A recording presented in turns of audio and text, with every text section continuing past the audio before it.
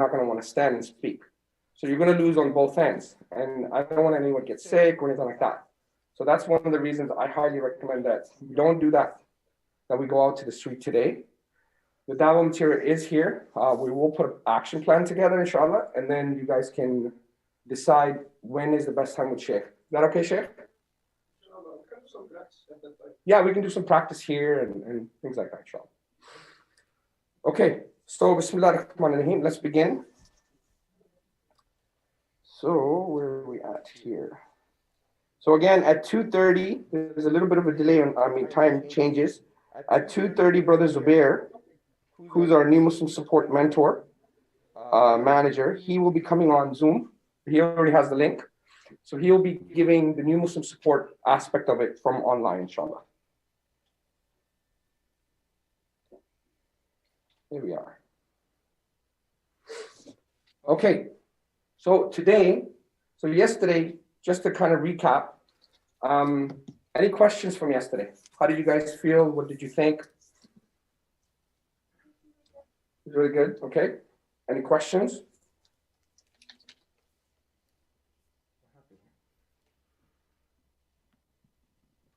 You guys, any concerns, any questions, anything you want to add? You got kicked out of here. No, you're on site. Yeah, we're here. Sorry. We're kicked out of Zoom? Yeah, Zoom. You're still in, right? Yeah, I am. Okay. I don't know. This one's up. We are online. Everything is okay. Yeah. Oh wait, I'm the host now. Oh, okay. Yeah, no, you work at it. Okay. Then you're gonna have to let me in once I get in. Yep. Can we get in here? Oh, that's it. Brother, I have taken over now. Yeah, you've taken over.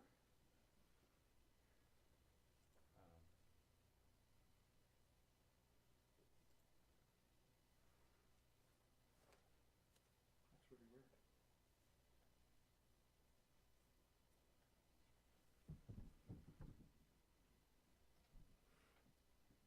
Maybe you disconnected from the internet? Yeah, that's what I'm gonna do.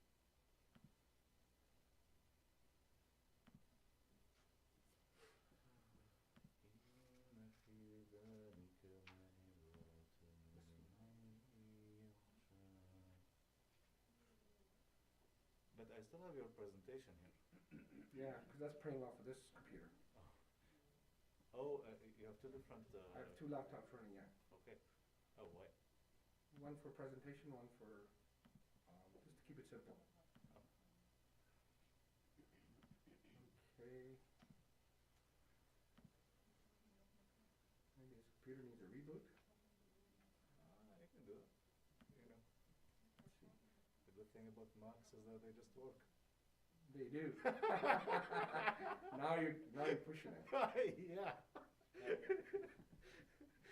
It's for yesterday, that's all. Right. Yeah. Yeah. This is getting back to me for that Android and Apple thing. Yeah. Finally. You got it. You got me. I need a reboot.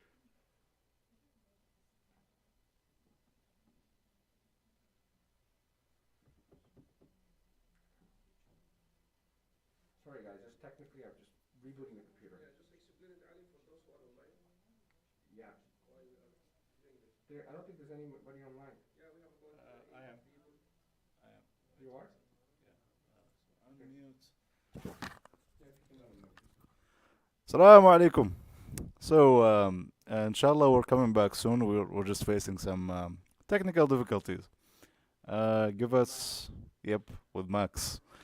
I know, typical. Alhamdulillah. So give us around 2 minutes, 2-3 minutes. We're just rebooting the computer and we shall get back on schedule. Jazakumullahu khairan. And I know, go drink some tea.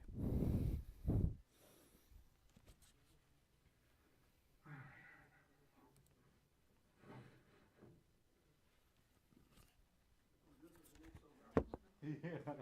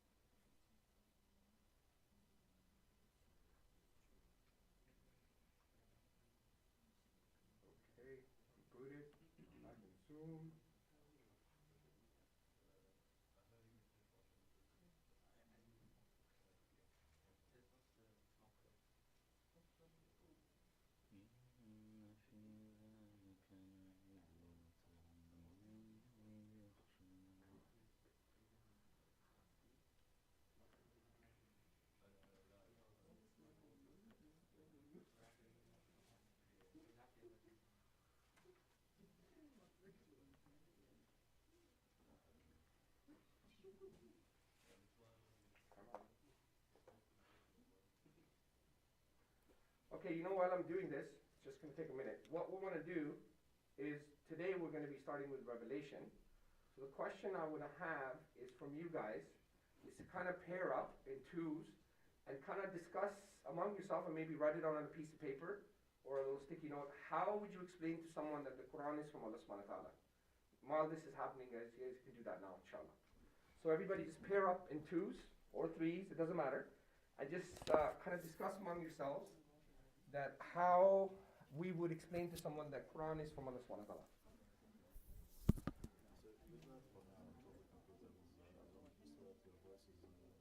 Yeah.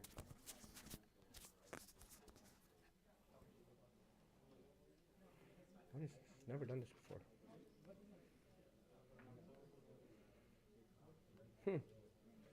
Not responding. uTorrent. I hate that thing. Ignore, force quit, any desk,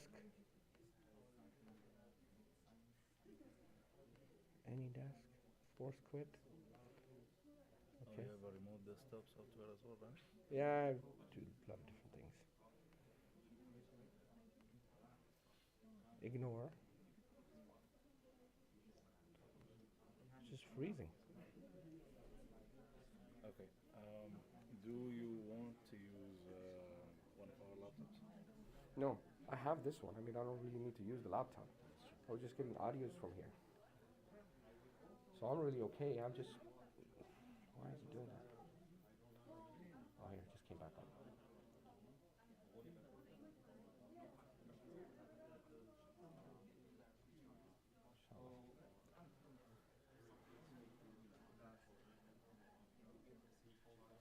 Too much stuff in here.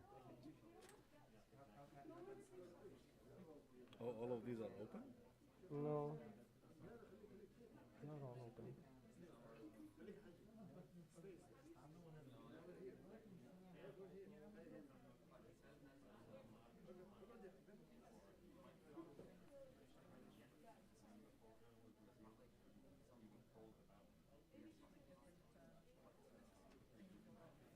Come on. Let's see if it's doing the same thing again. Yeah, Zoom not responding. We have our resident Mac expert. What is it over? Imam also uses Mac. Yeah, I use Mac, but I'm very ignorant. No, it's okay. I'll figure it Just, out. I'm gonna restart it again. yes.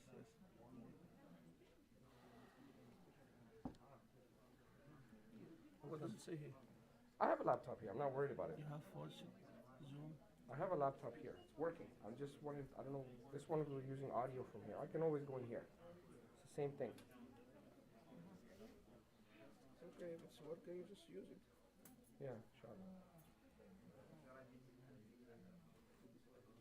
So, they're saying that the temperature affects the street down. Yeah. Because what people don't go out there, right? So we have a whole document how to give street dawah, inshallah. When we do the planning, we'll share that document.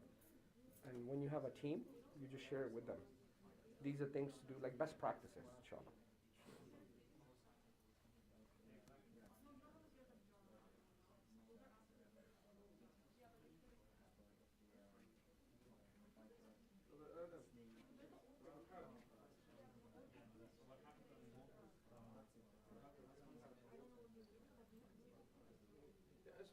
We used to have a bunch of pins yesterday. Pens, yes. Where are they? That is a very good question. Where? They were there yesterday. Taken to the office.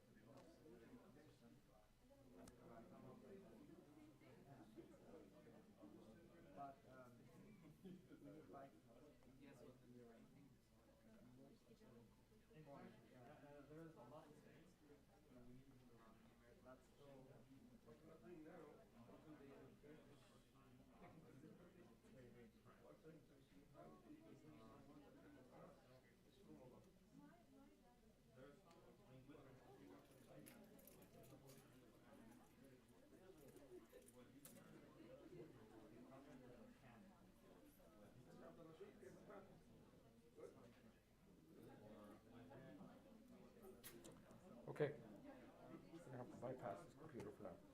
Just go through this one. Okay, let me just go here. And go back to Zoom.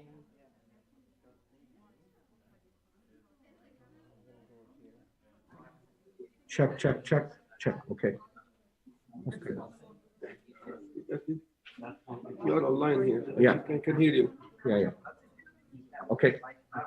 Can you hear me? Can you hear me? Check, check. Okay, perfect.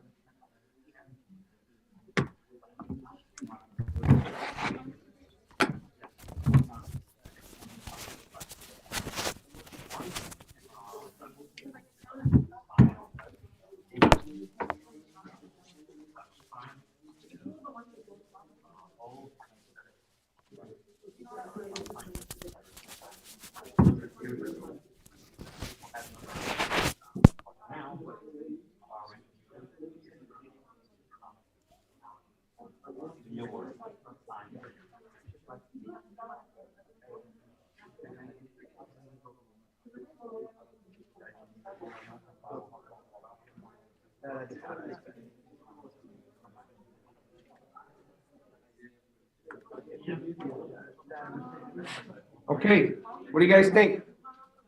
You guys ready? Any good ideas? Yes, brother. So we came up with 4 ideas, I think. 4, mashallah. Okay, 4 ideas. One of them is the miracles. The miracles, okay. Things that were not known 400 years ago. In the Quran, there was miracles that were not known. Miracles? So, like, not miracles, I mean knowledge that did not exist 400 years ago. Like How babies how babies are formed and celestial The details of the universe. Yeah, that's good, mashallah. Okay. The second one is that it's the only book in the world that actually challenges the readers to come up with something similar. Yeah, inimitability. Or find any mistake in it. Yeah, contradictions in it. Yes. It's only one of the 3 books like the Torah and the Bible and the Quran that's still in its original text. Original text. That's a good one. Yeah, mashallah. They're all good. There's one more. Okay. Those are already, mashallah, very powerful. Yes. There's one point about spiritual accuracy that throughout time, the ruler of Egypt was always referred to as Pharaoh. Yes. In the story of Musa, he's referred to as Pharaoh. Yeah. But in the story of Yusuf alayhi salam, he's referred to as Malik, as a king. Yes. And then when historians looked at this fact, is that during the time of Prophet Yusuf, the king of Egypt did not actually have the title of Pharaoh. So, people say that how could a man who's living in Arabia, in 7th century Arabia, know such a minor but strong detail that Right. during the time of Yusuf alayhi salam, the Pharaoh would not be referred to as Pharaoh but as Malik. Right. And you know how they found that out? They found the Rosetta Stone. You know the Rosetta Stone? So Rosetta Stone is a stone that they found that explain how to understand the hieroglyphics of the Egyptian language, which was a dead language. Because they found that, they understood the Egyptian language or the hieroglyphics, and that's how they kind of understood that where that word came from. So mashallah is very powerful. Yes, alhamdulillah, very good. Anybody else? Yes, brothers. Just to add on his point, Okay. it's not just the story of Moses. Every story, it's all the stories of the ancient people. Yeah. The details in them, there's no one in Arabia had that knowledge to know the specific small details. Yeah, Like the story. the same one you're talking about, right? Yeah. Yeah. Yes, sure. The language of the construction of the wording in the Quran Yeah, is so classic. that's okay. Let's take say it. We can hear him. The language is very classic, even in today's sense. I don't understand, I cannot make good sentence in Arabic, but even the Arabs who speak Arabic, I think this is very classic. Those who have learned the law, Right. contemporary laws, Yeah. they know that making a sentence in a certain way Right. is so, and to give absolute meaning of what they are trying to translate. So no any other comparison to the language that Quran has. MashaAllah, yes. So the way that the language is constructed it's very difficult for someone to imitate something like that. Is that kind of the gist of it? Inshallah. Okay, yes, Sheikh. Yes. When I come with something about the science, Mm-hmm. include the Big Bang, all of this. Mm-hmm. Okay. And the steps of life of Okay. this baby in the womb of MashaAllah. mom and so on. MashaAllah. That's very good. Alhamdulillah. I'm just going to give you some instant on this part and the one you talked about the baby, but alhamdulillah, it's very good, mashallah. But we'll continue going, inshallah. Assalamu alaikum. Wa alaikum salam wa rahmatullahi wa barakatuh. So we can argue about the reality of Quran, like on to make it symbolize it for people. Okay. Like if I'm telling you that my specialty is nursing, Yeah. and I create author a book about nursing, Okay. and I challenge everybody on this world, Mhm. nobody will come on this book like this book, and on this book. I believe and I can challenge and make challenge about people, not just now, for whole history. Yeah. And for whole who's coming after me Yeah. to bring just one mistake on this book. Mm-hmm. And if they can just bring three lines of this book, Yeah. and even just one chapter of this book. Yeah. So do you wanna say to me you are intelligent or you are something that doesn't happen before? Or you're gonna see you are crazy. Yeah, exactly. So how we can know that's the book? Yeah. Is there any mistake happen before about it? Anyone get any mistake about it? Mm-hmm. Does this book bring anything doesn't before happen and happen on later on? Yeah. For sure. And does there science came after and machines discover many of things was in the book before this machine coming? Yeah. Before 1400 years? Yes, there is answer. So there is many scientific miracles Yeah. in book. Yeah. Not just scientific. Yeah. Even on language. If you know the language, Arabic language is very difficult language. Yeah. So the people of languages, they know much better about this point. Yes, sir. So Exactly. many things we can discover about Definitely. Mashallah, you guys touch upon a lot of them. Anybody else? There's, I think you spoke, yeah? Have you? Yeah. Just one more? Okay, there's a couple more people, inshallah. I'll bring them back, inshallah. Just a quick point. يعني Allah Azza wa Jal in the Quran, everyone when they write a book Yeah. or make an author of a book, they say, sorry, there might be shortcomings, there might be an imprint or anything, Mm-hmm. but the Lord, and no one dares to say my book is perfect. Right. But the Lord says, no, my book is perfect. وَذَلِكَ الْكِتَابُ لَا رَيْبَ فِيهِ. Yes. This book, Which has no there's no doubt. doubts in it. That's Sure. number one. Then Allah goes on more in the Quran, says, أَفَلَا يَتَدَبَّرُونَ الْقُرْآنَ وَلَوْ كَانَ مِنْ عِنْدِ غَيْرِ اللَّهِ لَوَجَدُوا فِيهِ اخْتِلَافًا كَثِيرًا. So this book, if I did not reveal it, or if someone else wrote it, you will all, as humans, have dispute in it. Allahu Akbar. The third thing to know that the Quran is a revelation from God. Wallah, that third point was the main point that I wanted to talk about. Inshallah, if you want to remember, you come back, no problem. There's a couple other brothers have more points, inshallah. There's some brothers here. I don't know if there's any sisters or inshallah. Yes, brother. I think one point, I'm not sure if somebody covered it, but I think it's an important point, is the preservation of the Quran itself Preservation of the Quran? is a miracle because Yeah. the Quran itself says that we will preserve this Quran, it's unchanged and we will keep it unchanged, unlike the other books in the past. Yeah. It will remain unchanged, and it is provable that the Quran is unchanged. Yes. Whether it's through isnad and the oral transmission, or whether it's through the manuscripts and carbon dating, the Quran has been proved to be unchanged. So when something is able to say with confidence that we will keep this unchanged, and it is then proven to be unchanged, this itself is a miracle. It is, yes, alhamdulillah. So the brother just basically saying that the Quran itself, saying that Allah subhanahu wa ta'ala says, we will preserve, we'll guard it, and it's never been changed, never been modified. And it's, documented through all of the written and the oral tradition, which, by the way, the oral tradition is more higher for us than the written, inshallah. And it's not just the accuracy in the historical events, it's also prediction of future events, such as the fall of the Roman Empire, Yes. with an accurate timing as well. Yeah. And also the ahadith that show us the miracles of the Prophet, such as the splitting of the moon, and the Isra and Mi'raj, where he was questioned about things that he shouldn't know but knew. Yeah.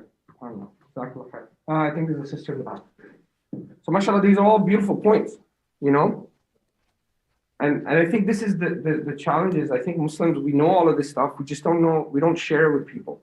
So go ahead, sister. Yeah, so like Quran is kind of applicable to all You're gonna have to speak a little louder. Oh. Sorry. That's not gonna make you louder, because we're here, we don't hear that. That goes on in the computer. Sorry. Okay, that's fine. Okay, Sorry. so it's actually applicable to all times and places. So Yeah. it was applicable 15 centuries earlier, and it's still good for nowadays. Yes. So yeah. Inshallah. Yes. There's another sister there.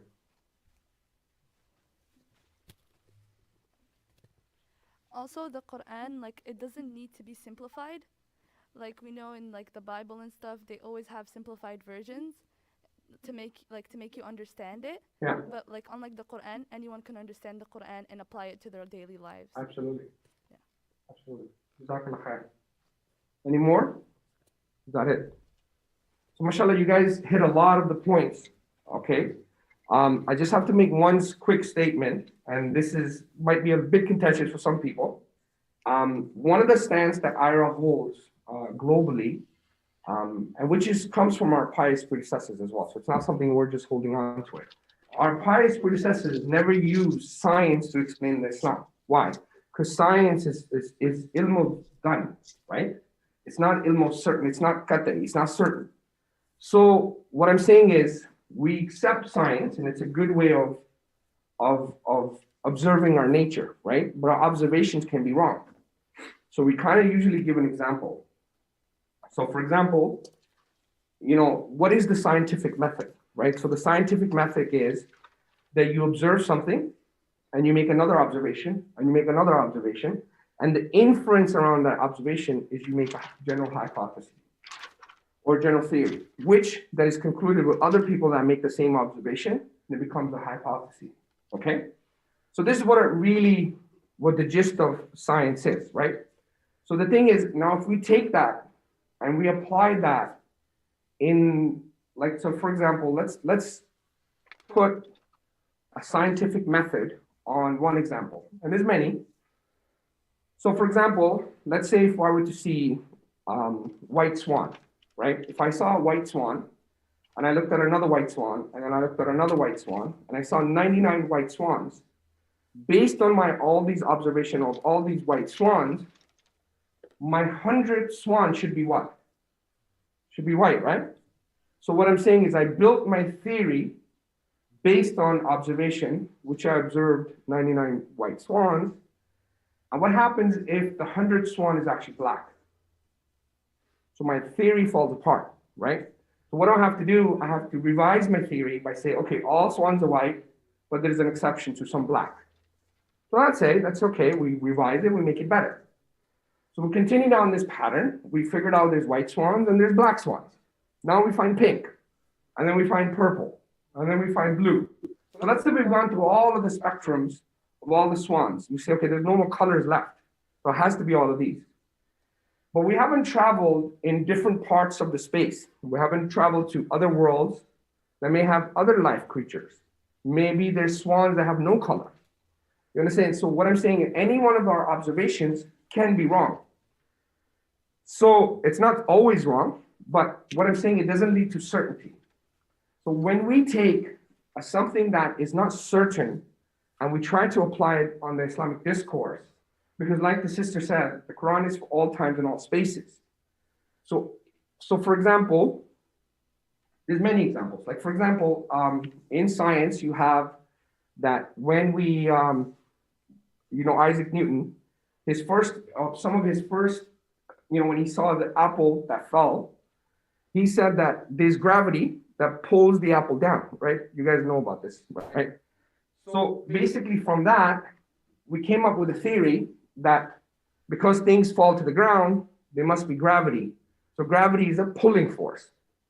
Isaac Newton came later on and he realized that, yes, theory is relative, depends on where you are. If you're on Earth, maybe it might be pulling force, or maybe you're outside in space, it's pushing force. But the thing is, the theory of pulling force is so good that we used it. We actually flew rocket spaceships to space. So even though we have well-confirmed theories that work really well, could still be false, right? So what I'm trying to say, brothers and sisters, this is not a scientific class, to share with you guys that we have to have a small caveat when we use the scientific miracles in the Quran to explain to people that, well, at least for Muslims, we should know, if not for non-Muslims, because they don't understand this. That's why we have to become educators more than du'at sometimes, is to share with them that, or for us to at least understand that Islam, the science doesn't prove the Quran, okay? The Quran proves the science. You understand what I'm saying? So the science came to conform with Islam. Islam didn't come to conform with science. It's the other way, it's just wrapping your head around. What do I mean by that?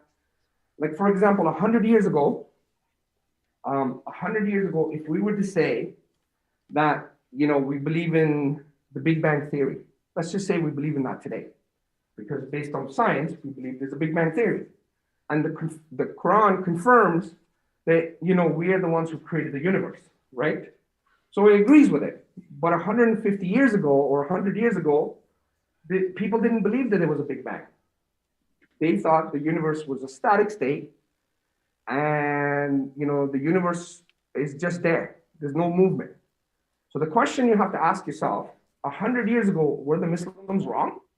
Or did they have to conform to science? No, they still went with the Quran.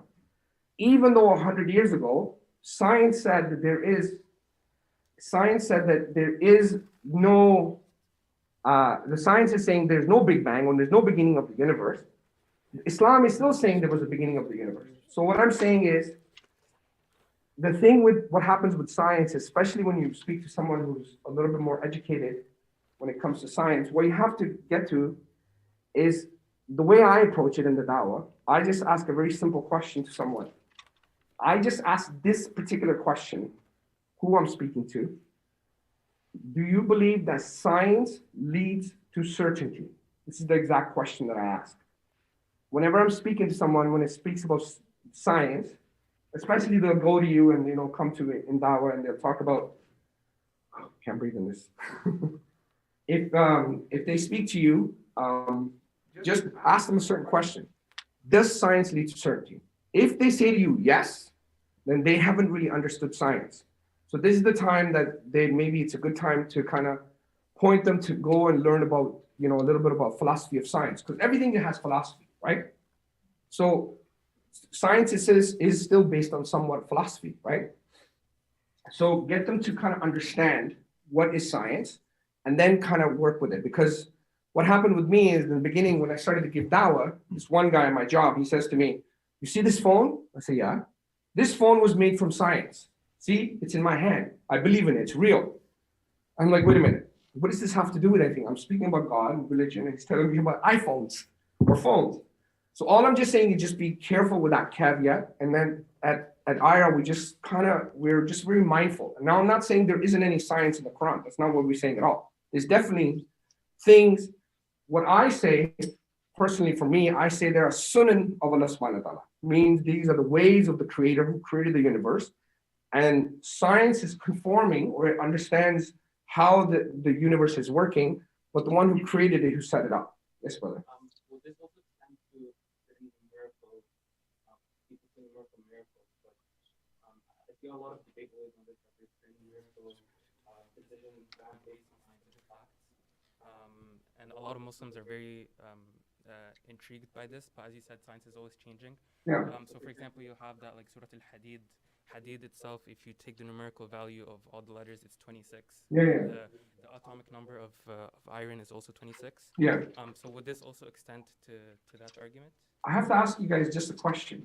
Do we need, I'm just asking the question, because we're going to discuss how we articulate the Quran from Allah subhanahu wa ta'ala.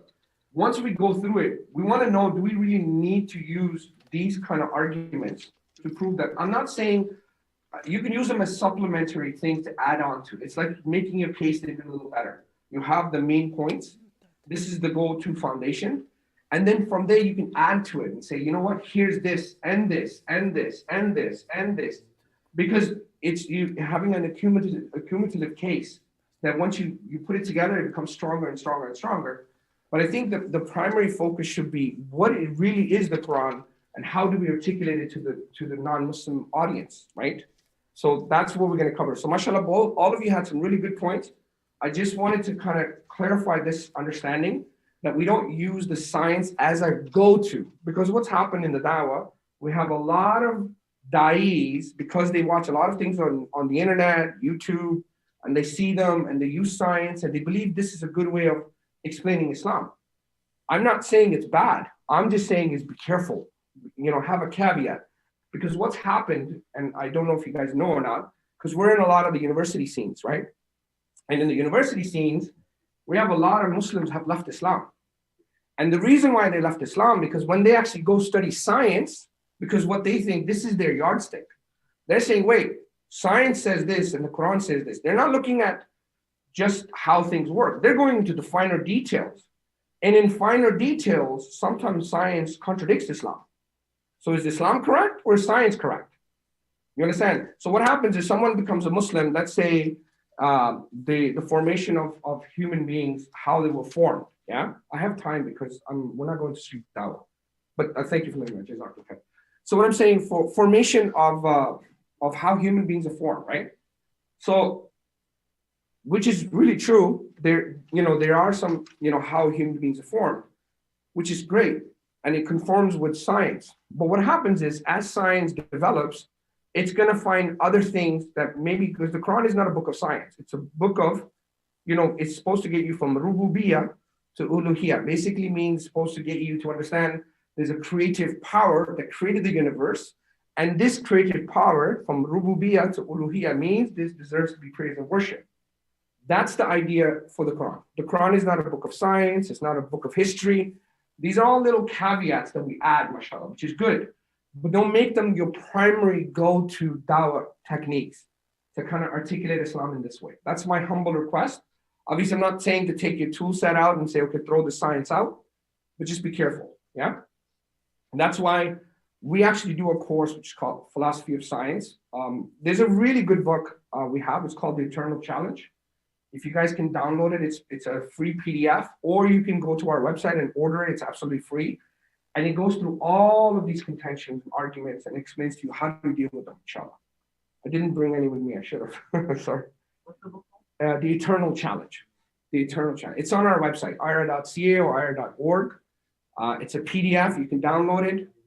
There's really, iERA has really some really good publications. One of the publications it has is The Eternal Challenge, which is really, really helpful. And the other one is the Forbidden Prophecies.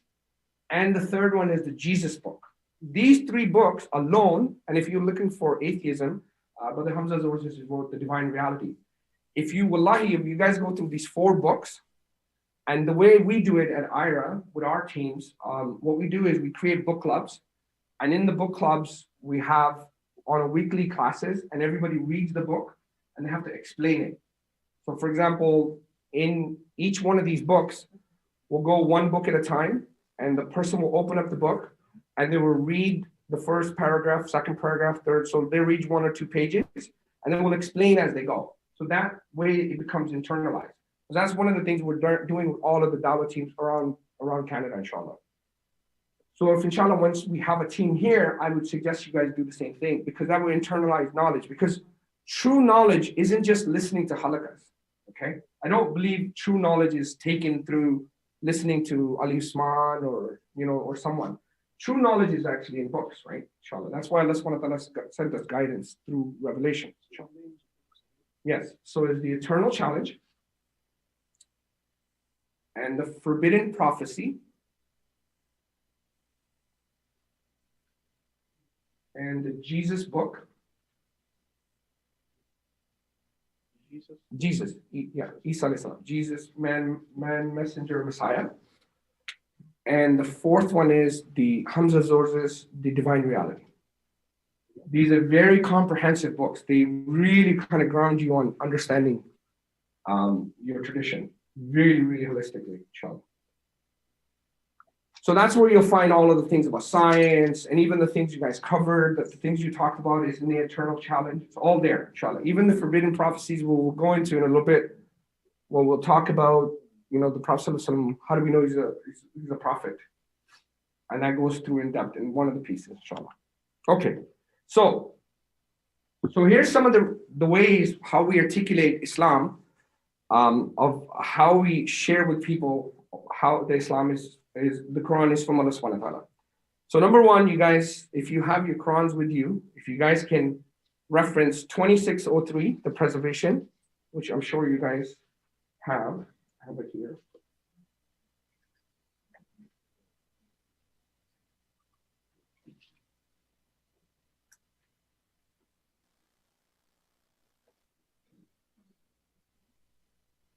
So you can go through some of these ayats. 2603.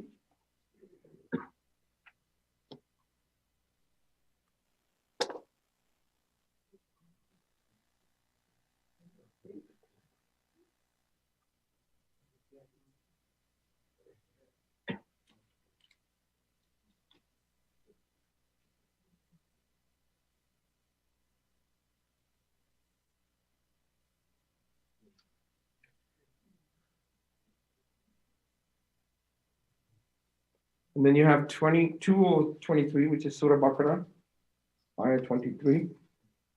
So let's go by one. What is 2603? Can somebody read it? 26:3. You want to read it out, brother? You're in front. Bismillah. Perhaps. Okay.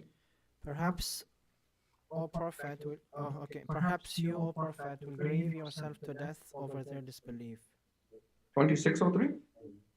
Yeah. It's supposed to be preservation. Unless they put it wrong. Right? I don't know. I don't know shit. What's 26? Yeah, maybe they put the wrong number. Maybe. Maybe. What was it about? It's about preservation. Preservation, yeah. Yeah. Maybe they got the wrong one here. Yes. They got the wrong one. Okay. So number 2 is the inimitability. So we know the preservation of the Quran. So the preservation, I don't know how much detail you guys know. So what I want to be careful with you guys, because guys, mashallah, you're in the dawah now. You're not like really just, you know, somebody who doesn't know much about how to articulate Islam. When it comes to preservation, someone might come to you and say, well, the Hindu Vedas is preserved. Yes. The first one is 15, and then is 9. 15:9. Inshallah, I gotta fix that. Yeah, if you can just send me a message. If you can just send me a picture of that, I'll just fix it. Yeah, they just messed up. Education team. I just blame the education team. Okay, so one of the things I just want to quickly share with you guys. So just remember, when we say preservation, right, we do believe in preservation. Obviously, the Quran is preserved. But our preservation isn't just written, it's more oral, right? Because someone can come to you and say, hey, I believe the Torah, you know, they might believe, they don't know what preservation is anyway in the first place. But they might say, you know, the Hindu Vedas are preserved, right? Or any book is preserved. But when we talk about preservation, we're not talking about the words per se. We're talking about the meanings and the words behind them. Where did they come from? And were they the same meanings and the same words that were given to the Prophet ﷺ, that were articulated to the companions? So we have an unbroken chain of what we have today in our hands, all the way that leads back to the Prophet ﷺ. It's an unbroken chain. And as you know, we have that's not the chains that lead. Like, you know, many of you, maybe some of you here have an ijazah on the Quran. Any of you have ijazah? Sheikh, I'm sure he has one. You have an ijazah, mashallah. Who else? Anybody has ijazah? So there's another brother has an ijazah. So mashallah, as you know, when you get an ijazah, I don't know if any of you, I mean, some of you may not know, that if you get an ijazah, what happens is in that piece of paper has to give your teacher's name, and that teacher's name has to give his teacher's name, and his teacher's name, and his teacher's name, all the way back to the Prophet ﷺ. So it's an unbroken chain that what you're reciting out of your lips is the same recitation that the Prophet ﷺ was reciting. So it's very, very powerful because there is nothing like that, right? So it's not per se the book is preserved. Yes, the book is preserved. We agree, because what happens is, they'll come with different contentions, like, oh, Hazrat Uthman, he burnt these books. How do you know? There's no, things in the beginning of the first 100 years. So people come with a lot of contentions, but what they don't understand how powerful Islam is, because it's not the preservation per se of the written, it's the oral that is more powerful for us. So now what usually the argument comes back is, oh, really? You trust someone's oral tradition? Like, do you really think this is powerful? Like written is obviously more powerful, no? This is what the mindset of even ours is. Like, even to me, I thought writing is more powerful than recitation. So now let's talk about that for a second. So for example, you guys, how many of you know here the telephone game? Telephone game. Okay, so if I tell something to one person, then to the next person, and the next person, but the way it comes back from around the room, it's totally changed, right? So in their mind, when they're saying oral tradition, this is what they're thinking, yeah? So now you need to ask yourself a question. If that's what they're thinking, because you have to, okay, so in the dawah, you always have to presuppose things that they are thinking that they're not telling you. So when they do come up with how do you know this is true? So we explain that not only do we have an ijazah, which is a sanad, then we have another oral tradition, which is how we learn how to articulate, right? Which is, Sheikh, I forgot, my mind is just gone blank. Tajweed.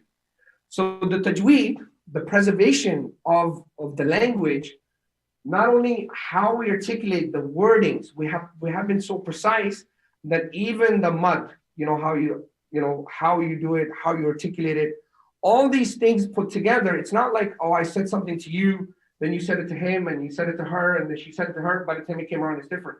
We even have to make sure that the language, how it's enunciated, is done in a way. So for example, and the reason why that is because the Sahabas understood this, because right in the beginning, there were different dialogues that Islam was spreading so fast that they were causing a lot of problems. So they started to realize they was already having conflict, like what's going on? As we know that there's 7 qirats, 7 or 10?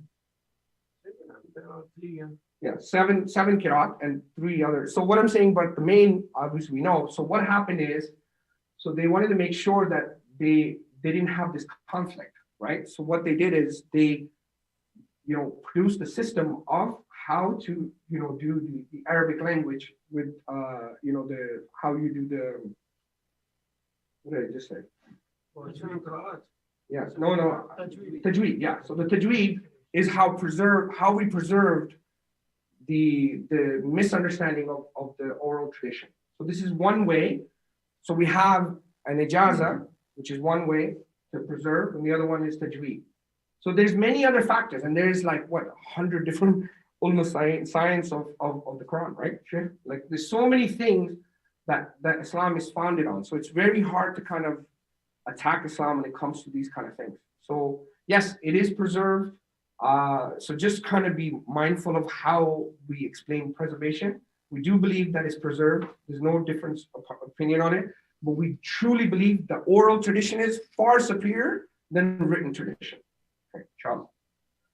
Number 2, inimitability. So when we say, can I have a glass of water? When we say inimitability, inimitability basically means is something cannot be reproduced. Okay, that's what really about inimitability means.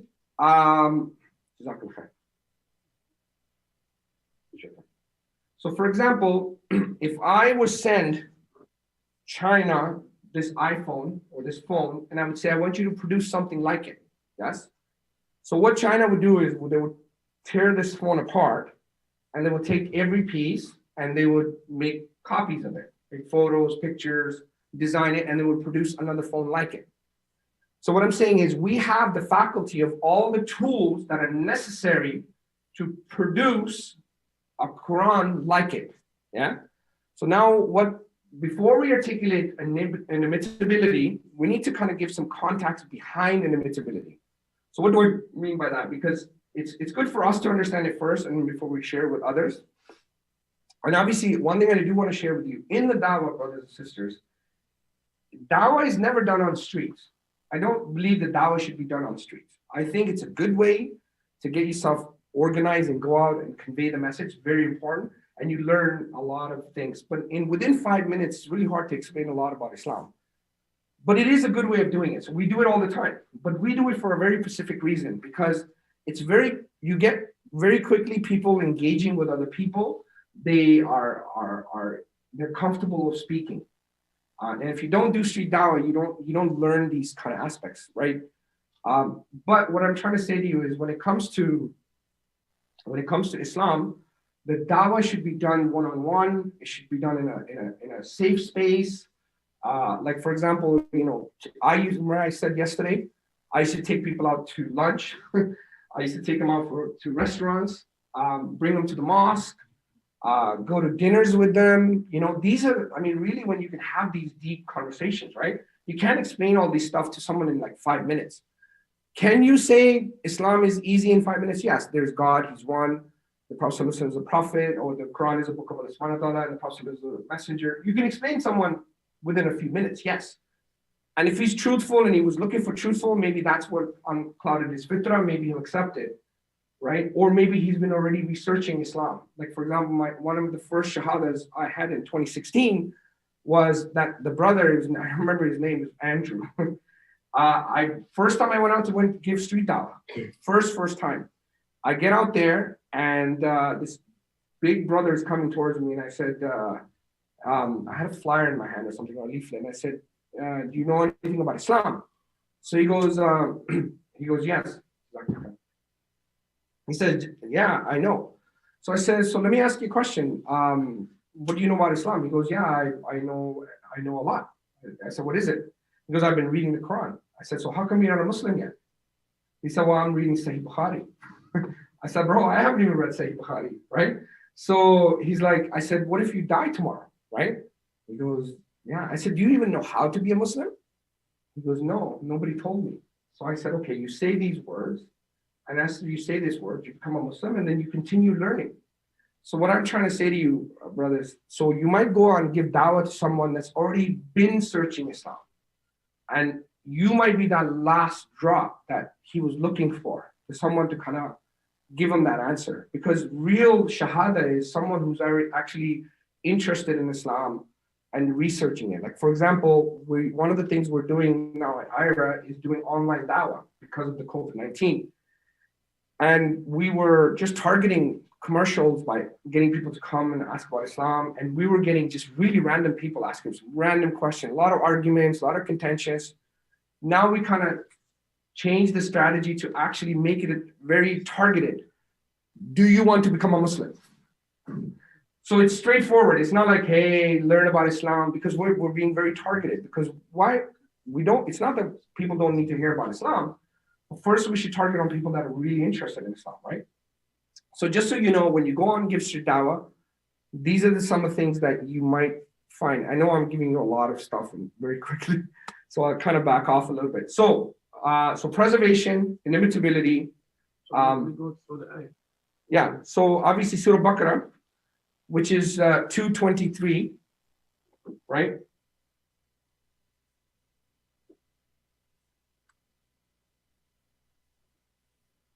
Right? Which is what? And if you're in doubt, what we have revealed to our servant, Prophet Muhammad sallallahu alaihi wasallam, bring a single chapter like it and call on to your witnesses besides Allah subhanahu wa ta'ala if you are truthful. Okay?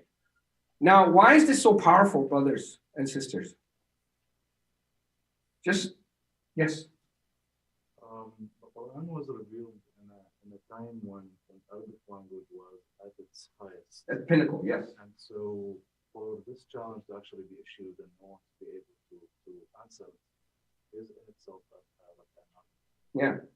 So one of the things we have to kind of share with people that I think it's really good to know, even for not only ourselves. I think when you guys go through the eternal challenge, I think it'll be really helpful to you to understand And that's why I think the book is here, The Eternal Challenge. That's the book cover. So basically, when we look at the 7th century Arabs, they were the best at the language. Why? Because to them, language, the Arabic language, wasn't something they did for fun. This was like part of their integral part of their life. So for example, sometimes as you know, they were an oral tradition, and being that oral tradition, they use the language.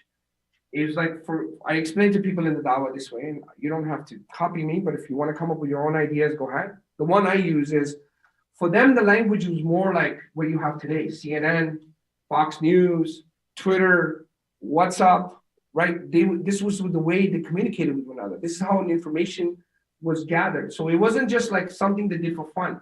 This was a very integral part of their life. That's how they conveyed. So whenever something would happen, if there was a war that take place, they would make poetry out of it. If some of these wars will stop because of poems, some of them will start because of poems, right? And as you know, these Arabs, they were of the 7th century, they were at the pinnacle of the language. Why? Because the whole infrastructure of their life depended on the language, the whole infrastructure. So what I'm saying is, it wasn't just like something they did for fun and pastime only. Of course, they used to be, doing the poems and poetry and everything else. So if we understand that, the Arabs of the 7th century said that if you don't speak Arabic language, okay, I don't know if you know how you have the Greeks. They said if you're not a Greek, you're a barbarian, right? Because the Greek really used to look up to themselves. In the same way, Arabs used to think, if you don't have the faculty of the Arabic language, then you're not a human being, you're an animal. You are an animal. Why? Because you don't have the faculty of the language. And wallahi, the more you research, mashallah, I'm learning, I'm in kindergarten of Arabic, but the more you learn, you realize why the Arabic is so powerful that even my language, which is Urdu language for my mom and dad, it's 55 to 60% is based out of Arabic language, right? So the Arabic language has influenced so many people around the globe, but we have no idea. Even English has so many words, like alcohol is an Arabic word. Spanish has so many Arabic words. So Arabic has influenced a lot of people around the globe. They just don't have no idea. We don't study our own tradition. So it's really good for Muslims. I highly recommend all of us to, if you're not a student in the Arabic, mashallah, many of you already have the faculty and the language, it's to really be proud of what you have. Sometimes we denigrate, we're like, why do I need it? Wallahi, it's really, really powerful. It really changes you as a person. So back to what I was saying. So inimitability, they were the masters of the language. So the Quran came to challenge these people. It didn't come to challenge you and me at the moment, yeah? So the Quran came to challenge them, that saying, hey, if you're in doubt, which is here, we read Surah Baqarah, if you're in doubt what we sent down to our servant Muhammad sallallahu alaihi wasallam, then produce something like it, right? Or even come up with one surah like it. So as you all know, the one surah is what? The shortest surah is 3 ayats, right? So these Arabs, who are the masters of their language, they're at the pinnacle, the height of the language, because no Arab, even today, like I'm married to a Saudi, even she speaks, I don't want you to teach you dialogue. Because most Arabs, they don't speak Arabic anymore. They speak dialogue, right? So even the Arabs of today are not capable of speaking the same language. And the beauty of the Quran is, alhamdulillah, by the grace and help of Allah subhanahu wa ta'ala, the Quran is the only language that within 100 years, we had a dictionary in the Arabic language.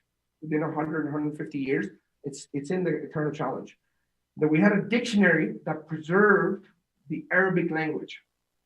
Not only do we have the preservation of the Quran in the Arabic, then we have the dictionary that has the words, then we have the historical narrative of how the people understood the Arabic language.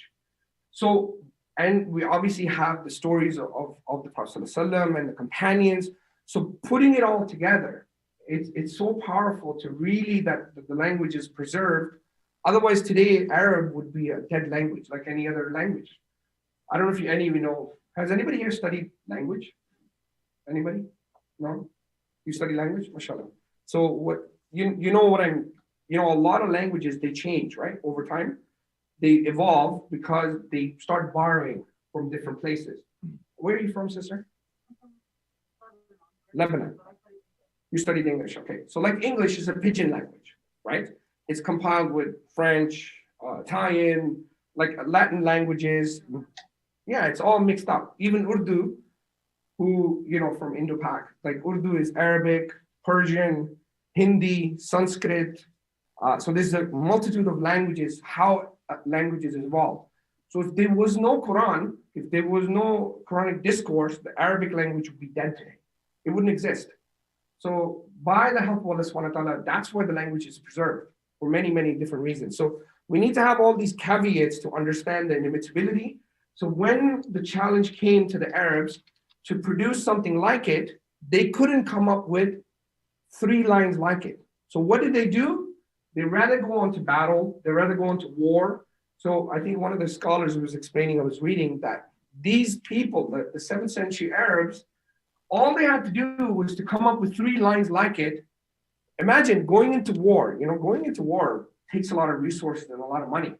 It takes life, people die. What would you rather do? Would you rather die, or would you come up with 3 lines like it? Especially when you're the masters of that language. And they couldn't come up with 3 lines like it. So what I'm saying is very, very powerful that this book is inimitable, that this to me is probably one of the greatest arguments for the Quran. Okay, everything else I think is there as well, but this is the most prevalent that, you know, if you give them these caveats, you give them these understandings, and this discussion needs to happen sitting down where you have a few minutes to explain, to give them the history behind the language, how the people thought about it, and why this book is preserved, and what the impact of this book has had since. Then you would really get this message across that why this book is inimitable means it cannot be reproduced something like it. So that's, I know this was a long-winded answer, I'm sorry, but just to kind of give you a little bit of background onto why this book is inimitable. Another one is a clear message of who God is, means the book tells us who Allah subhanahu wa ta'ala is. One of the reasons Allah subhanahu wa ta'ala sent us revelation is to introduce himself to mankind. Like, I don't know who God is. Like I said yesterday, you can come up with any idea. Just because you believe in God doesn't mean God can be anything, right? Someone can have a God who's like, I was giving dawah one time at the lake where I used to live, and this lady came up to me and we were talking, I was trying to give her dawah, and she says, well, I think God is like an octopus. I said, what do you mean? He was like, you know, he's like had these tentacles and he just kind of moves around and he's in my head and he's in your head. And I'm like, so you see what I'm saying? Your concept of God can change based on what you think. You know, a 5-year-old can have a different concept of God, or a 50-year-old can have a different concept of God, right? So everybody can come up with their own ideas of what God is, because you don't see God, right? By definition, God is unseen, right? So because of that, we need to know who the creator is. So Allah subhanahu wa ta'ala has sent us a message who he is through his revelation. The surah is 112, I don't know. Oh, Qul huwallahu ahad, yeah, Qul huwallahu ahad. Yeah, so you know Surah Ikhlas, Qul huwallahu ahad, Allahus samad, lam yalid wa lam yulad wa lam yakul lahu kufuwan ahad. So again, number 4, the message of the Quran is universal. It's not an Arab message. It's not for Indo-Pak. It's not for white people. It's not for black people. It's for all of humanity, right? Where we know the previous messages from different, let's say Torah and the Injil and all these books were for certain people in a certain time in a certain place. Where the Quran is a universal message for all humanity. And obviously, the Quran, to me, this is very, very powerful. The falsification test. So the falsification test basically means, if you guys don't know, that, you know, if you're in doubt, then produce something like it. God is not just making you believe that this is from God. You understand what I'm saying? Like if I said to you, this tablet is from God, right? I'm telling you this, yeah? I could be lying. But what it's saying is, this message is saying to you, that this message in the book is saying to you, that if you don't believe me, if you don't think this is from your creator, then falsify it. And it gives you that falsification to, you know, explain that this book is inimitable. If you can't produce something like it, you can falsify it. And there is not a lot, even the falsification, which we see in current day science, that we have a lot of, that's where the scientific method comes from. I don't know if you guys know. The scientific method itself, which is from Ibn Haytham, who's the father of science. Yes, he's wrote the book of optics, and yeah, so he's the one who's the father of science. I just want to be careful here. We're not saying that pre-Islam there was no science, because I used to say that in the Dawah before. Oh, it's Muslims came up with science. It's not true. Muslims didn't come up with science. Science has always been there. What is science? Is an observation, right? We've always been observing. It's the falsification test, which came from Islam. So before there was pseudoscience. Pseudoscience is you made an observation, you didn't really test it, you just came up with a theory. You observe something. That's why we have things like God Zeus and all these things, because these are just theories people have come up with. What Islam has done, or what Ibn Haytham has done, because he's the father of science, and you can Google this up or you can search him up, that he's the one who came up with the falsification test. And the falsification test was that he said, I'm not just going to accept when someone says something, let's say the earth is round. I'm not just going to accept that, or, you know, certain things that are happening. I'm not just going to observe it. I'm going to observe it. Then I'm going to test it. And after testing it, I'm going to come with a theory, or, you know, so basically I'm going to falsify something. And if it becomes true, then it's true. So this method, which is the scientific method, comes from Ibn Haytham. So they asked Ibn Haytham, and I think the reference is in the book, I'm not sure. So they asked Ibn Haytham, I think it's in the back. There's in the back, there's numbers, it tells you which book they got it from. So they asked him, where did you get this falsification test? He said that, because he was a Quranic scholar. So he said the book that I read, which is the Quran. And he says, in this book, Allah subhanahu wa ta'ala doesn't just make me believe in this book. He tests me. He says, falsify it. He says, if you're in doubt, then produce a message like it, which the Arabs failed to do. In another passage, Allah subhanahu wa ta'ala says, come with 10 chapters like it. Then in another passage, Allah subhanahu wa ta'ala says, come with one surah like it. Yeah, and they tried, of course. And to this day, you'll see, like, even Arab Christian, they say, oh, we can come up with something like it. But this is false because of the caveats that we're given. Even today's Arab, their language is diluted, right? So what I'm trying to say to you is that, you know, the falsification test itself is the only book 1400 years ago that was that gave you the falsification test to disprove. So to me, that's very, very powerful, that the book is just not making you. So what I'm trying to say, brothers and sisters, and I'll take a break in a few minutes, that this is an objective truth. Okay, we talked about objective yesterday and we talked about subjective.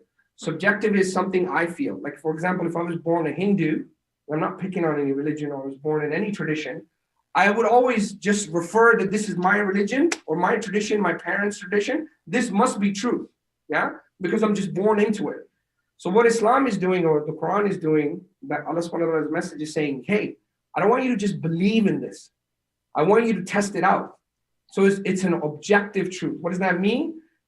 Objective means it's not my personal belief, my personal biases, my personal opinion. It's outside of me. Meaning you can take this test and you can give it to someone. There are a lot of people that have become Muslim. I think there's a really great debater that used to debate one of the debaters and I think he was a Christian. He's like, falsification test. Who really cares? I don't believe you guys anyway. So he actually took this test and he became Muslim. There's a video on him if you want. I can send it to you later. So I'm saying the test is not just for me. It's not just for you. It's for any human being that comes into this world. If you want, you can test it for yourself. So this is very powerful to give to someone that, hey, if you really, you don't think this is from God. Now the thing is, they'll say to you, well, I don't have the access to the Arabic language, right? That's what the next question is going to come. Well, I don't have access. I'm not an Arab, nor are you, maybe some of you. So how do I test this? So that's when you bring in the caveat of say-so of others, which is a valid source of knowledge in epistemology. So basically, epistemology means is how you know what you know, and say so of others is a valid source of knowledge. So for example, if I ask you, we do this just to kind of have fun. How do you know the earth is round? Who can tell me? Pictures, which is what? It's a testimony of someone else took a photograph. How do we know the earth is round? Somebody else. How do we know the earth is round, bro? Huh? You read it in a book, which is a testimony of someone else, right? What else? Yes, sister. Scientific evidence, which is someone else did all the test, right? So it wasn't you. What else? Anybody else? How do we know the earth is round? Maybe it's not round. Maybe it's not round. Maybe it's a star. Maybe it's a flower. Yes.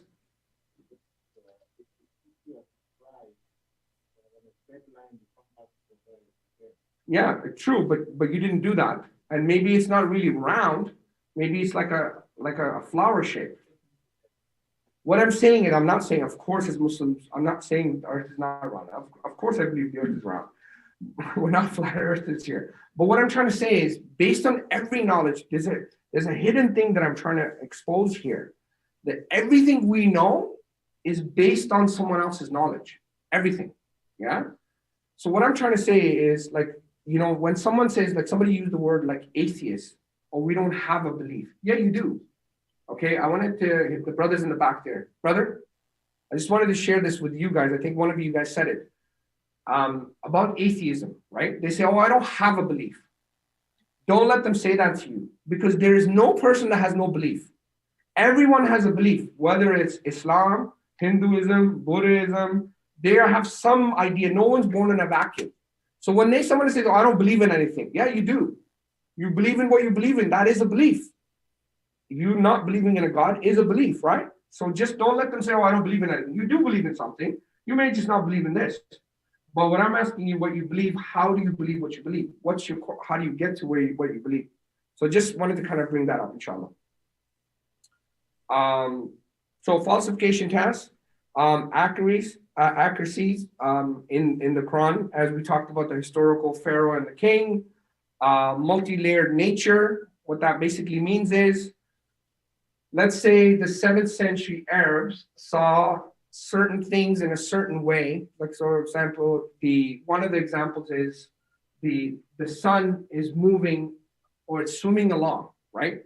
That for the 7th century, when they read this ayah, that the 7th century saw that the sun and the moon are yasbahun, is it Sheikh? The one that's moving, swimming along. For them, they didn't understand what swimming along was, but from their naked eyes, they can see that there's a celestial body that's moving in space, similar to what you would see in the sea or the ocean swimming, right? It's swimming along. But for today, with our more technology, we understand that everything has an orbit. The function is same, but the idea is we have more understanding of it. So the 7th century Arab is relevant, like one of the sisters said. The 7th century Arab could understand the Quran, and the 21st century Muslim can understand the Quran. So the Quran is for all time and all spaces. It's not just for the 7th century. You know how they say, oh, this book is only for the people in the 7th century. Why do I need it today?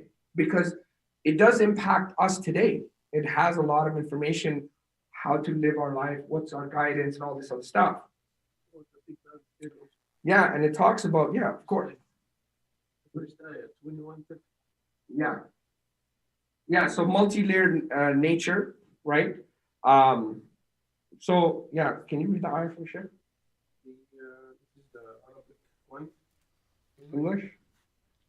Guys, can someone translate this? أولم يرى الذين كفروا أن السماوات والأرض كانتا رتقا ففتقناهما وجعلنا من الماء كل شيء حي أفلا يؤمنون. So 2130, if someone's good at reading. Yeah.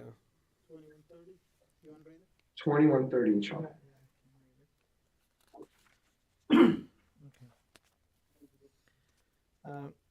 Do the disbelievers not realize that the heavens and the earth were once one mass, then we split them apart, and we created from water,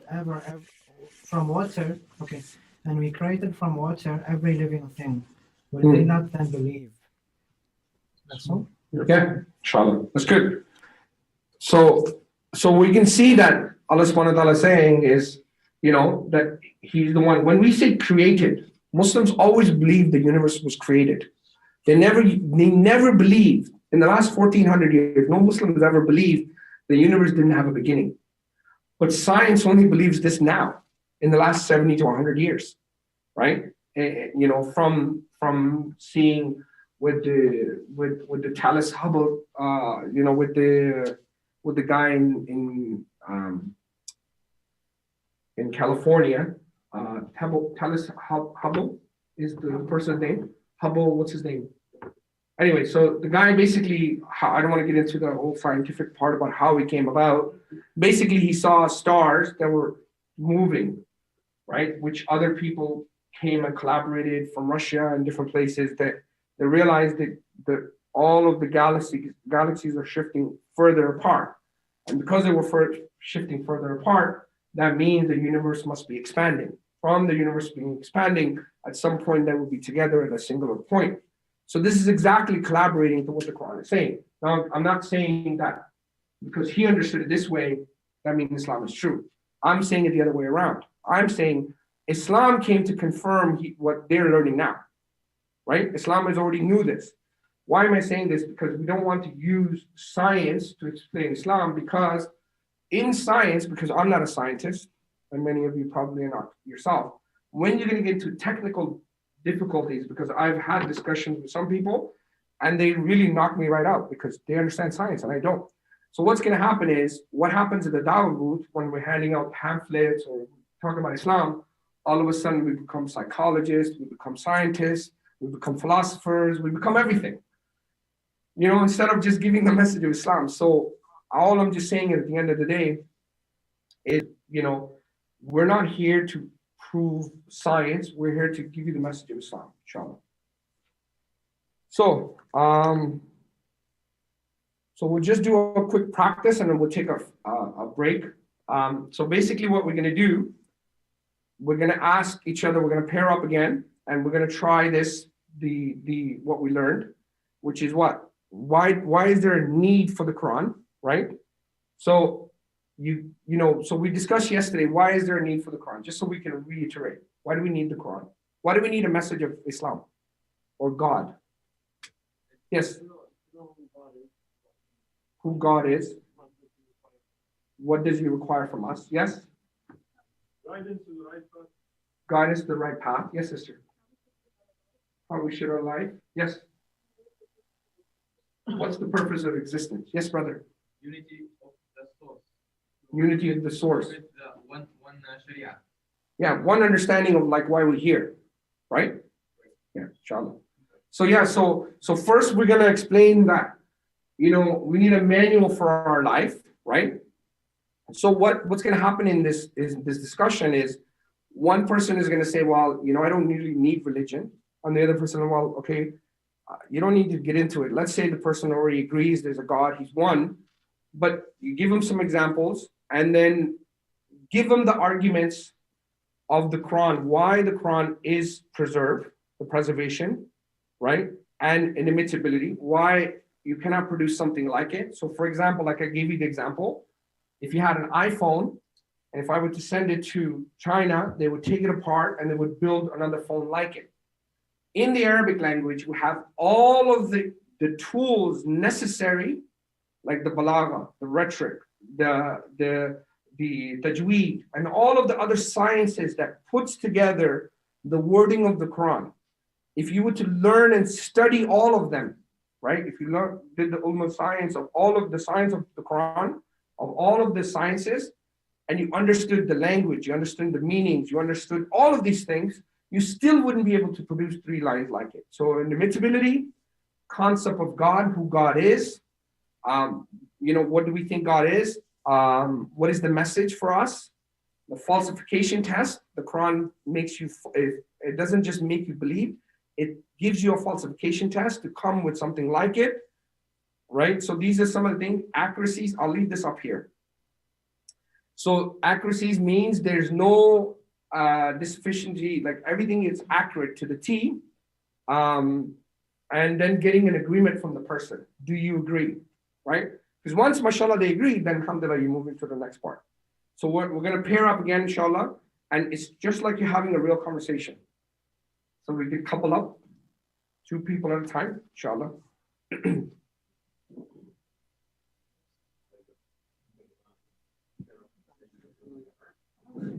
If I can get everyone to stand up, because then we know that who's done when you sit down, inshallah. Those who are sleeping, wake up.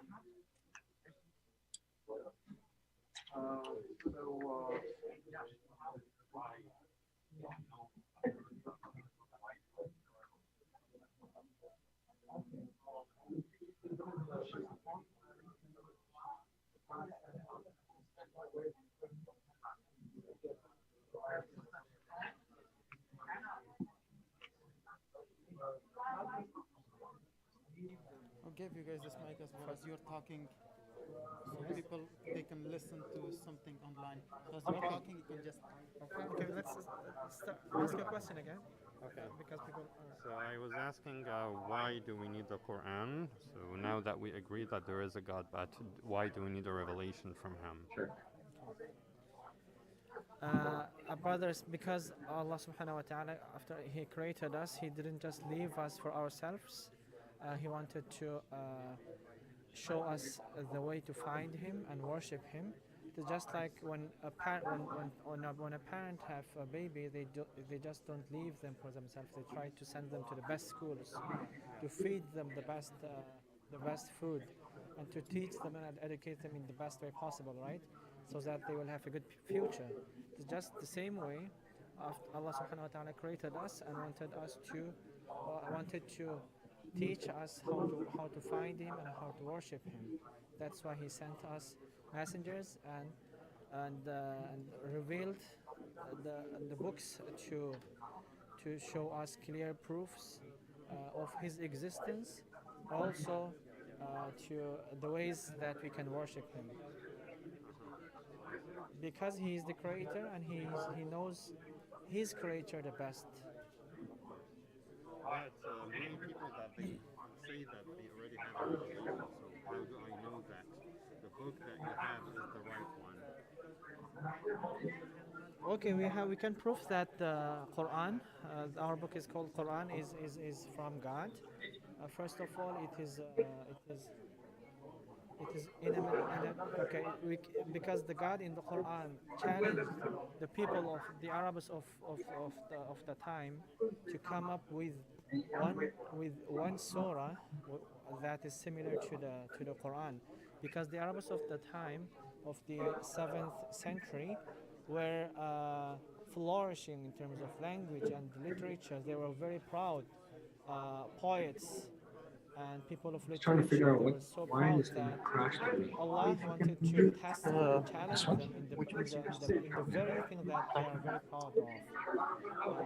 So the Arabs of the time, so the Quran directly challenged the Arabs to come up with a similar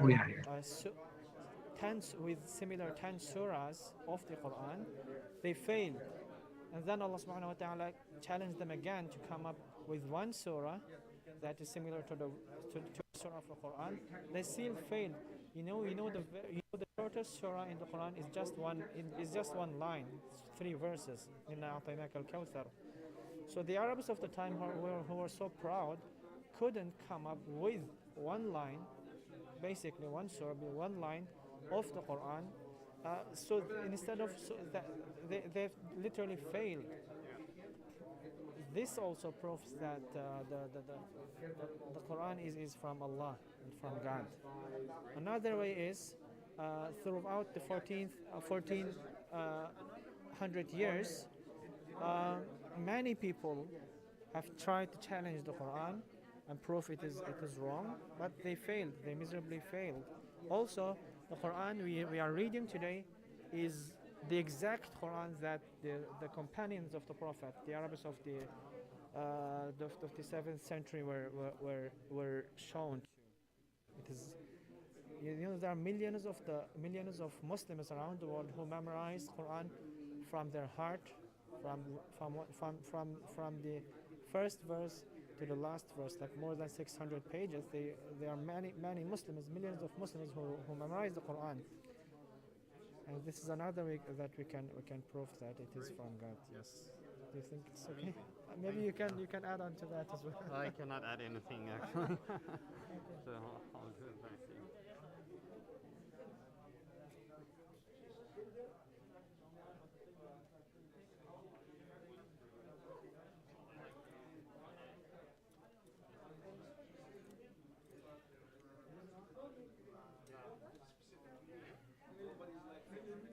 And he is, yes, he is unique. Nobody is like him, and this is very well explained in the Quran. So the concept of God is explained very well in the Quran, the way that is not explained in other books. And then the message itself, the message of the Quran, is all about to prove that there is only one God, one deity. There is no partners, there is no helpers or assistants. And that God, he loves humanity. And he is good. His nature is good. And he wants good with people. So he sent them prophets, messengers, to guide them, to help them, to set the rules for right and wrong, the halal and the haram.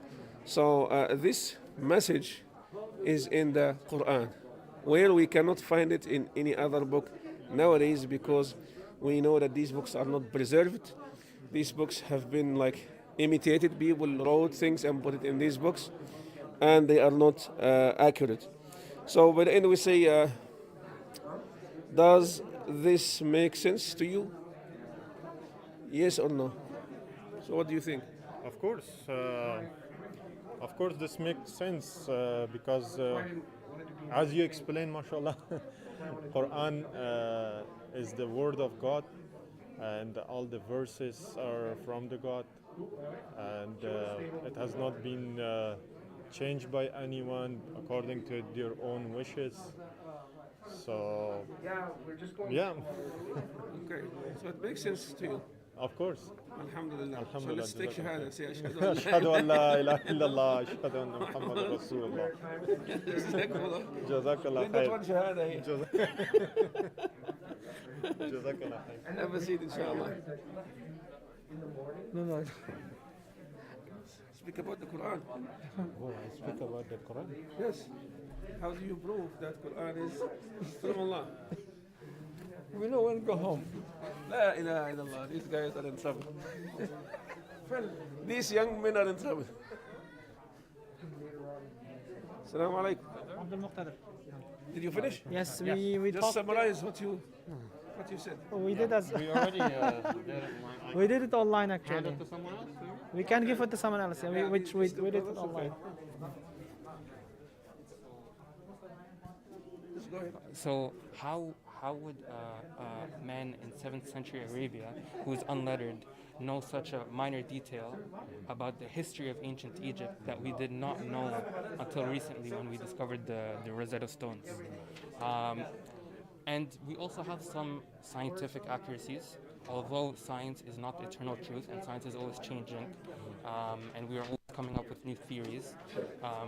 There are there are points in the Quran that match up with modern scientific observations, and those facts also match up with 7th century findings, whether that be about the universe and the Big Bang theory. So in the 7th century, there is a verse that says that the universe was one mass and then it split. In the 7th century, that would have been understood in a certain way, and it would have confirmed to the teachings at that time. And now, it is still understood to be the Big Bang theory. So it is a multi-layered nature that there are scientific details and descriptions in the Quran that conform to either teachings that were observed in the 7th century or conformed to 21st century or 20th century observations. And for example, there is the detailing of how human beings are formed, the embryo. the embryological process. It talks about the blood clot. But that blood clot, the word alaqa, can also mean leech or worm. And that was something that is one of the miracles of the Yes, Quran inshallah. also is because I already did. I back turned it in the on 7th here. century, they did not have Okay. the tools Guys, to good? discover the embryological They don't want to sit down. Huh? They don't want to sit down. They want to keep going. So when they heard the word alaqa, they would imagine it to be a leech or a worm, and that is Okay. exactly how the embryo looks in the first stages of its. So what I want to do now, I want some of you to come up, at least one or two couples or pairs, to kind of show us how you would articulate that in real life. So then we can learn from each other's experience. Maybe I can do a role play with someone just from far away, and then we can. So let me show you an example. So I'll take this brother because I know, mashallah, he's been in some iERA courses. So we'll do an exercise back and forth. If you just come on that chair in the middle there, over there, inshallah. So what we'll do is we'll do a role play, and then we'll just kind of show them how we would do it in live. Yeah. Can I just do one with him? And then you guys can do it, inshallah. Yeah. Just let me just do a role play with him. Okay. So this will be an actual dawah conversation that would take place into this part. So this part would be,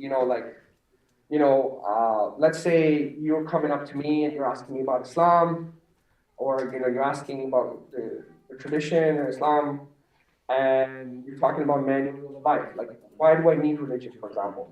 So I might kind of explain to you that you need religion to kind of explain what's the purpose of your life, why you're here, what happens to you when you die, why was all this created. So we've kind of hashed these things out. So you kind of agree that you do need some instructions to why you're here. So my job is not to kind of share with you why the Quran is from Allah subhanahu wa ta'ala. So that's where we're at. Does that everybody agree? You understand where we're at? So let's start. So your name is John, and my name is Ali. Yes, we'll just go with that. Hey John, how you doing? I'm good. How are you? So like we discussed, there is a need for revelation or some kind of guidance from our Creator. So I wanted to just share with you some ideas as how, why do we believe that Islam is the truth? Why this tradition is from our Creator? So if you have a few minutes, I can just share some examples to you why. Do you have a few minutes? Yeah, for sure. Okay, thank you very much, John. So John, basically what I want to share with you is that this book has many reasons why this is from our Creator. I just want to give you a little bit of history to understand why we believe this is from Islam. That this book has been preserved for 14 centuries, and it's never been changed, never been modified. It relies on oral tradition. So it was, conveyed from one person to another person all the way to today. So for example, we have something that's called an ijaza, basically means the preservation of how the language that the wordings were preserved in from today for me all the way back to the Prophet ﷺ. And this has been preserved for 1400 years. So it's never been changed, never been modified. Not only that, this book has a falsification test. So in this falsification test, the Arabs, who were the masters of their language of the 7th century, who were at the pinnacle of the language, and Arab is one of the only languages, is a Semitic language, basically means the only Semitic languages that ever exist now. One is Hebrew, one is Arabic, and the other is Aramaic, which is, Jesus' language, which Jesus spoke. So these are the only 3 languages that actually are Semitic languages. All other languages are pidgin languages.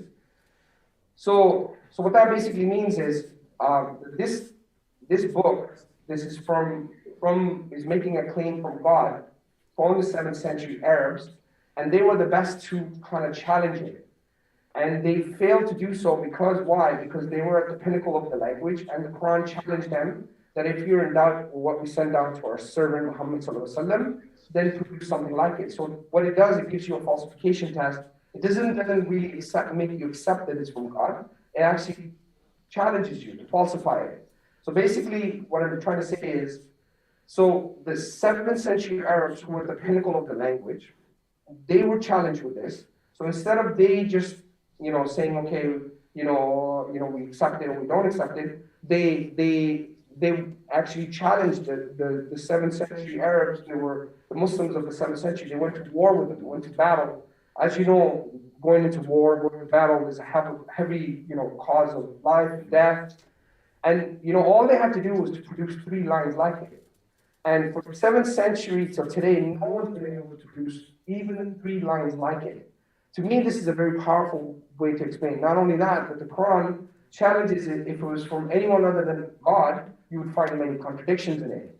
And in the Arabic language, we don't find any contradictions in it.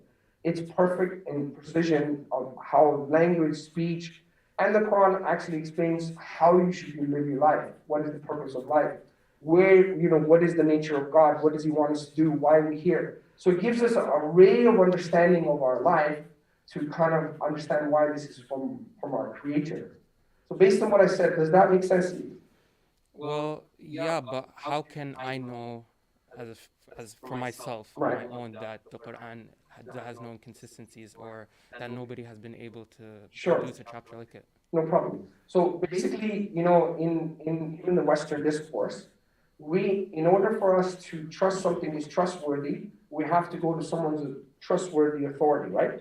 So for example, if let's say there was a murder scene, for example, and I happened to be in that murder scene, if I were to go to court as a witness, they would check my credibility. Is he an honest person? Is he truthful? Has he lied in other cases?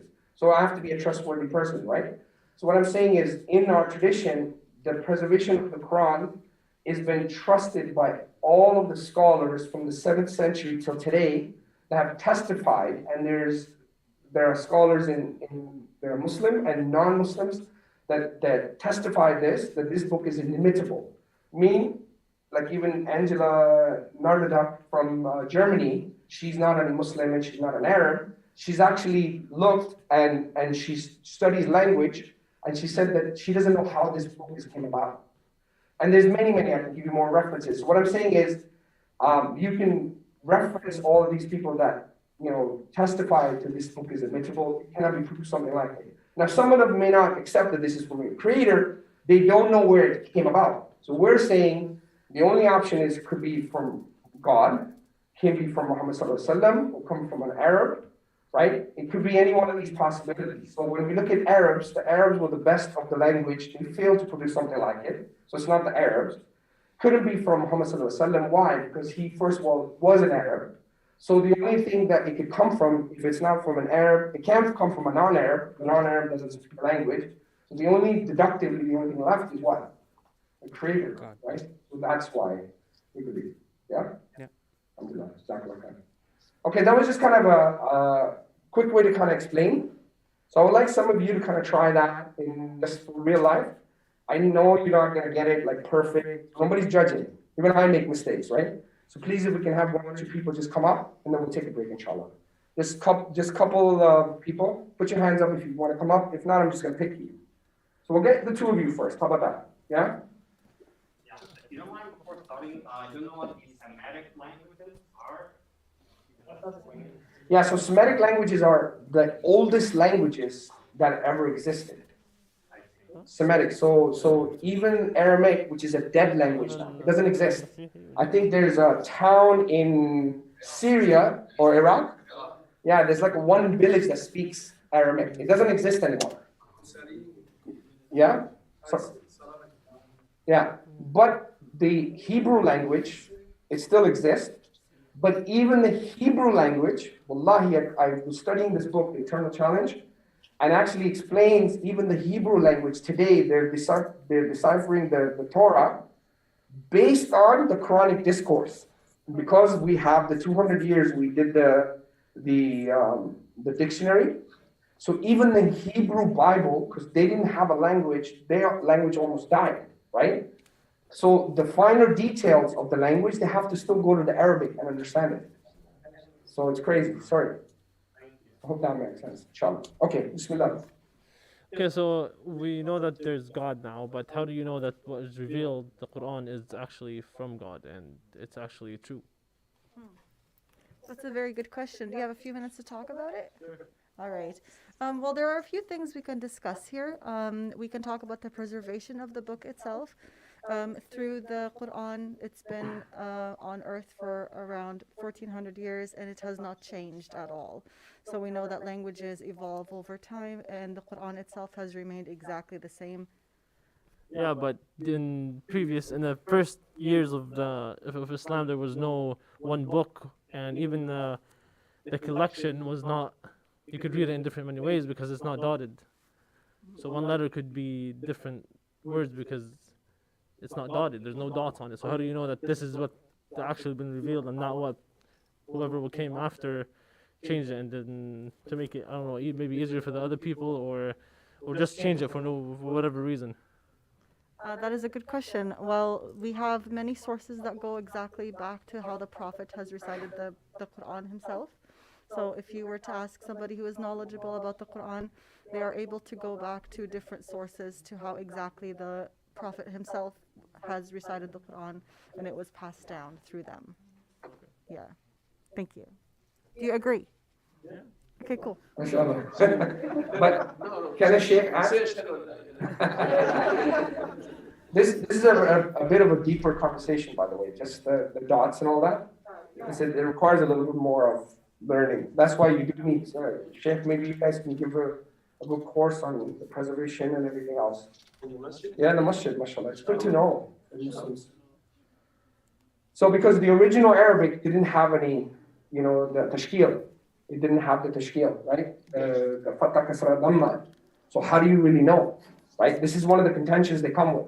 And we'll talk about contentions, but this is one of the contentions they come with.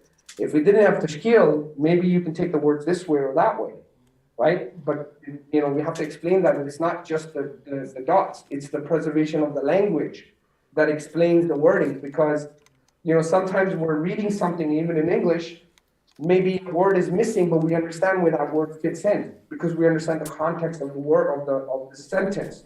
So the Arabs understood the language. They don't really actually like my wife, when I'm studying Arabic with her, she's like, I don't need to know these things. I understand them. Like I don't need to have tashkil to kind of understand because they understand the language, they understand all of the grammar and all of the other things that build the language. So sometimes they come with these kind of batil contentions. But it does require a little bit of research and etc. Okay, one more. Just someone else to kind of give it a try. Some of the sisters, or I don't know, anyone. Yeah, come on up, both of you, inshallah. The beautiful brothers. Who are you gonna bring? Bring your shine. Okay, we'll pick someone else. We'll get you, brother. Sure. Let me ask the question. Who is the Muslim and who is the... Okay. Both Muslim, alhamdulillah. Hi, how are you? Alhamdulillah, good. Good. So I heard that you claim that your book, the Quran, is from God. So how do I know that it is from God and not the Prophet, not your Prophet has authored it? Yeah, that's a good question. It's very possible that he has authored it, right? Yeah, for sure. And thanks for your question, actually. And thanks because you take the reality. You're not just following. So you have your own personal and your own belief. So you're thinking about how you wanna follow. So I love that on you. So actually, our Prophet Muhammad ﷺ was non-reader or writer. He can't read or write. But he can ask somebody else to write it for him, right? That's right. He can ask somebody. He asks somebody about that, maybe. But how we can make sure about this? It's not work. See if it's off on this one. Mine is working. Something. So say something. Can you speak? Bismillah. Bismillah. Yeah, it's working. Bismillah. Online is not. Okay. Yes. So we can make sure about that. And actually we did make sure before that, before we follow this religion. Before Prophet Muhammad ﷺ get the message, he was the most popular one on the area about being reality, being true, being trustworthy. Yeah. So all people was putting their money on his house. And all people, they called him As-Sadiq al-Amin. which is you know what I mean. So how we can make sure from the writing, is it from him or from another person? Actually, from that century, there was people very knowledgeable of language, and they have get witness about that. Most of them didn't believe of Islam because Izzah on their selves, but they believe it's not from him. It's from something who's bigger, much bigger than human. We can believe about that, how we can distinguish about the miracles in it. So it doesn't change from that time until this time. And the original written, it's on Turkey now, in Istanbul. So if you compare it from this version and the old one version, the original one, it's same. So there is no one letter changed. And this one of the miracle that Allah preserved our Quran. This is one. Second, there is some scientific on Quran. You can't know it before create the technology and create the machines. Like how should Muhammad knows about knows about أو كظلمات في بحر اللجي. He is on a desert, on land without any sea. So how we can know the bottom of the sea? They just discover it by create the big thing, غواصة, I don't know in English what's mean. Submarine, and get it to the bottom and see there is no light down there.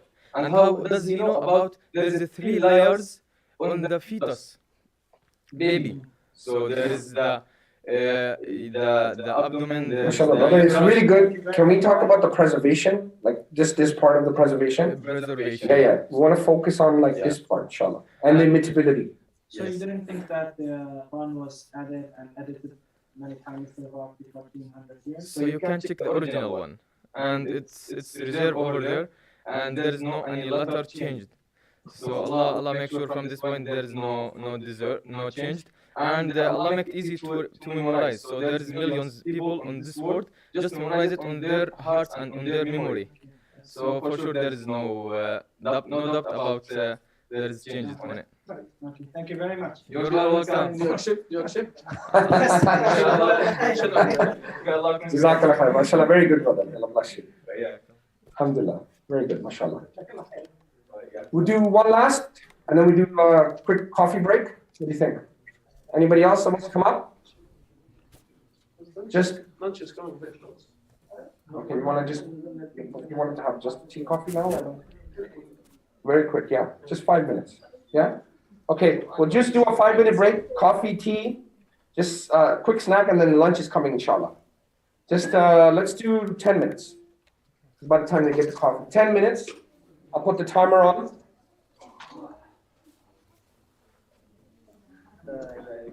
Timer. Yeah.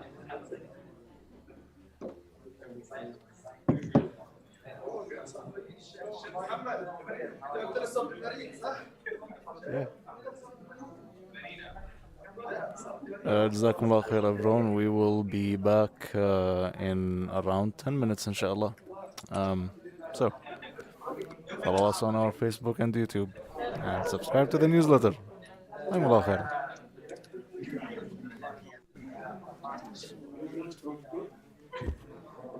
No, from the.